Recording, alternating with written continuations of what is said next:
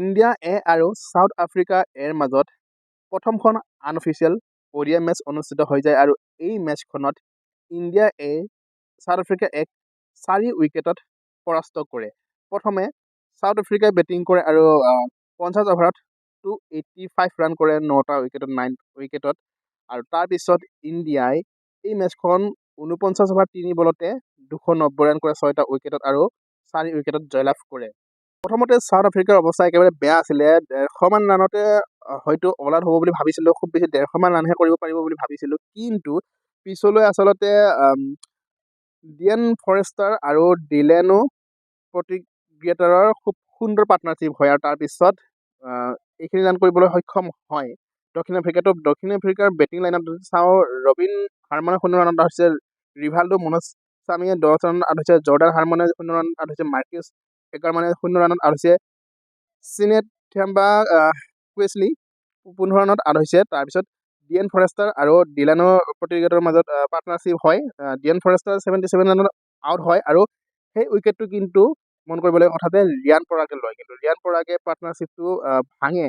তাৰপিছত ডিলেনৰ প্ৰতিক্ৰিয়া 90 ৰানত আউট হয়, বিজৰণ ফৰ্চুনে 59 ৰানত আউট হয় আৰু টিয়ান ভায়ান ভুৰাণ 16 ৰানত নট আউট হৈ থাকে আৰু এনেদৰে 285 ৰান কৰিবলৈ সক্ষম হয় দক্ষিণ আফ্ৰিকাই। এতিয়া ইণ্ডিয়াৰ বলিং লাইনআপ যদি চাওঁ, অৰ্শদীপ সিং আছিলে। অৰ্শদীপ সিঙে 10 অভাৰত এটা মেডেন দি 59 ৰান দি 2টা উইকেট লাভ কৰিছে। প্ৰসিদ্ধ কৃষ্ণই 10 অভাৰত এটা মেডেন দি 57 ৰান দি 1টা উইকেট লাভ কৰিছে। হৰ্ষিত ৰাণাই 10 অভাৰত এটা মেডেন দি 49 ৰান দি 2টা উইকেট লাভ কৰিছে। নিশান্ত সিন্ধু 6 অভাৰত 21 ৰান দি 1টা উইকেট লাভ কৰিছে। তিলক বৰ্মাই 3 অভাৰ দিছিল, 20 ৰান দিছে। বিজয় নিগম হিপৰাজ নিগমে 5 অভাৰ 34 ৰান দিছে। ৰিয়ান পৰাগেও বল দিয়াৰ সুযোগ পাইছিলে। ৰিয়ান পৰাগে 4 অভাৰত 21 ৰান দি 1টা উইকেট লাভ কৰিছে। ৰিয়ান পৰাগে বলিং ভাল হৈছে বুলি ক'ব লাগিব। নীতিশ কুমাৰ ৰেড্ডী 2 অভাৰত 18 ৰান দি 1টা উইকেট লাভ কৰিছে। তাৰপিছত ইণ্ডিয়াৰ বেটিং যদি আমি চাওঁ, তেতিয়াহ'লে ঋতুৰাজ গায়কোৱাড আছিলে। ঋতুৰাজ গায়কোৱাড আৰু অভিষেক শৰ্মা অপেনাৰ আহিছিলে। ঋতুৰাজ গায়কোৱাডে সুন্দৰ 117 ৰান কৰিছে আৰু অভিষেক শৰ্মাই 31 ৰান কৰি আউট হৈছে। ৰিয়ান পৰাগে সুবিধা পাইছিলে 1 নম্বৰ এটা উইকেট যোৱাৰ পিছত ৰিয়ান পৰাগক আহিবলৈ দিছিলে। ৰিয়ান পৰাগে মাত্ৰ 8 ৰান কৰিলে, সুন্দৰ সুযোগ এটা হেৰুৱালে ৰিয়ান পৰাগে। তিলক বৰ্মা কেপ্টেইন 39 ৰান কৰি আউট হৈছে। ঈশান কিষণক 17 ৰান কৰি আউট হৈছে। ঈশান কিষণক এটা সুন্দৰ সুযোগ হেৰুৱালে। নীতিশ কুমাৰ ৰেড্ডী 37 ৰান কৰিছে। নীতিশ কুমাৰ ৰেড্ডী 26 বলত 37 ৰান কৰিছে। খুব সুন্দৰ আচলতে নীতিশ কুমাৰ ৰেড্ডীৰ 37 ৰানটো। নিশান্ত সিন্ধু 29 ৰান কৰিছে 26 বলত। নিশান্ত সিন্ধু নট আউট হৈ আছে আৰু হৰ্ষিত ৰাণাই 6 ৰান কৰি নট আউট হৈছে। এনেদৰে নিশান্ত সিন্ধু আৰু হৰ্ষিত ৰাণাই শেষলৈ মেচখন জয় কৰোৱাই ইণ্ডিয়া এ দলক। এনেধৰণৰ আছিলে মেচখন আৰু এনেদৰে 4 উইকেটত জয়লাভ কৰিলে ইণ্ডিয়া এ টিমটোৱে প্ৰথমখন আনঅফিচিয়েল ODI মেচত। ইয়াৰ পিছত 16 নৱেম্বৰ তাৰিখে দ্বিতীয়খন আনঅফিচিয়েল ODI মেচ আছে। একে ঠাইতে আছে, ৰাজকোটতে আছে, ডেটাবাজতে আছে। তো এতিয়া ৰিয়ান পৰাগৰ যদি কথালৈ আহোঁ, তেতিয়াহ'লে ৰিয়ান পৰাগে আজি প্ৰথমতে বলিং দিয়াৰ সুবিধা পাইছে। সুবিধা মানে অলপ কম সুবিধা দিছে। 4 অভাৰ দিছে আৰু হয়তো দিব পাৰিলে হয়। 4 অভাৰ 21 ৰান দি 1টা উইকেট লাভ কৰিছে। বেয়া বলিং নহয়, ভাল বলিং বুলি ক'ব লাগিব। ODI মেচত 4 অভাৰ 21 ৰান দি 1টা উইকেট লাভ কৰাটো ভাল বলিং বুলিয়ে ক'ব লাগিব। ভাল বলিং কৰিছে ৰিয়ান পৰাগে আৰু যিটো উইকেট লৈছে সেই উইকেটটো কিন্তু ভাল উইকেট। এনেকুৱা নহয় যে পিছফালে বলাৰ এজনক আউট কৰিছে, তেনেকুৱা নহয়। 77 ৰান কৰি আছিলে বেটছমেনগৰাকীয়ে চাউথ আফ্ৰিকাৰ আৰু সেই 77 ৰান কৰি থকা বেটছমেনগৰাকীক আউট কৰিছিল ৰিয়ান পৰাগে আৰু এটা পাৰ্টনাৰশ্বিপো হৈ আছিল তেওঁলোকৰ মাজত আৰু সেই পাৰ্টনাৰশ্বিপটো ভাঙিছিল ৰিয়ান পৰাগে। বলিঙত ভাল বলিং কৰিছে আৰু 2-3 অভাৰমান দিব পাৰিলে হয় হয়তো, কিন্তু সেইখিনি সুবিধা নাপালে ৰিয়ান পৰাগে। বাৰু যিয়ে নহওক, যিটো সুবিধা পাইছে সেইটো সুবিধাই খুব সুন্দৰভাৱে লৈছে ৰিয়ান পৰাগে। কিন্তু ৰিয়ান পৰাগৰ যি বেটিং শক্তি, বেটিঙত যি শক্তি ৰিয়ান পৰাগৰ, আচলতে বেটিঙতহে আচল শক্তিটো ৰিয়ান পৰাগৰ, কিন্তু সেই বেটিঙত ৰিয়ান পৰাগে সুন্দৰ সুবিধা পায়ো একচুৱেলি সেই সুযোগটো হেৰুৱালে বুলি ক'ব লাগিব। প্ৰথমখন আনঅফিচিয়েল মেচত 1 ডাউনত ৰিয়ান পৰাগক আহিবলৈ সুবিধা দিছিলে কেপ্টেইন তিলক বৰ্মাই, কিন্তু সেই সুবিধা ঠিকমতে ল'ব নোৱাৰিলে ৰিয়ান পৰাগে। মাত্ৰ 8 ৰানহে কৰিব পাৰিলে। 10 বলত 8 ৰান কৰি ৰিয়ান পৰাগে আউট হৈ গ'ল।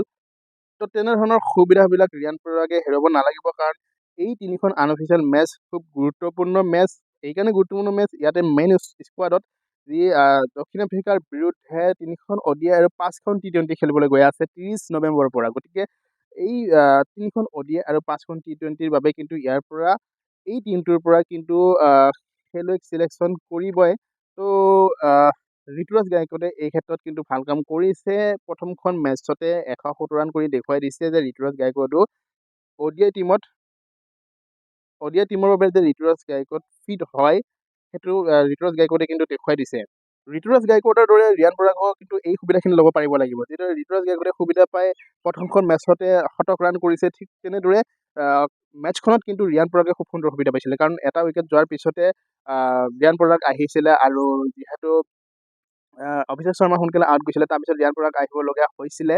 তো ৰিয়ান পৰাগে আহি খুব সুন্দৰ সুবিধা পাইছিলে, এটা শতক ৰান কৰাৰো সুবিধা পাইছিলে, দীঘলীয়া ইনিংছ খেলাৰ সুবিধা পাইছিলে। কিন্তু সেই সুবিধাখিনি ৰিয়ান পৰাগে ল'ব নোৱাৰিলে আৰু সেই সুবিধা হেৰুৱালে। তো এনেধৰণৰ সুবিধাবিলাক হেৰুৱাব নালাগিব ৰিয়ান পৰাগে, যিহেতু ৰিয়ান পৰাগৰ বেটিং অলৰাউণ্ডাৰ হিচাপে জনা যায়। যদিও বলিঙত ভাল বলিং কৰিছে, হিচাপত এটা উইকেট লৈছে, কিন্তু বেটিঙৰ বাবে চৰ্চাত থাকে ৰিয়ান পৰাগে।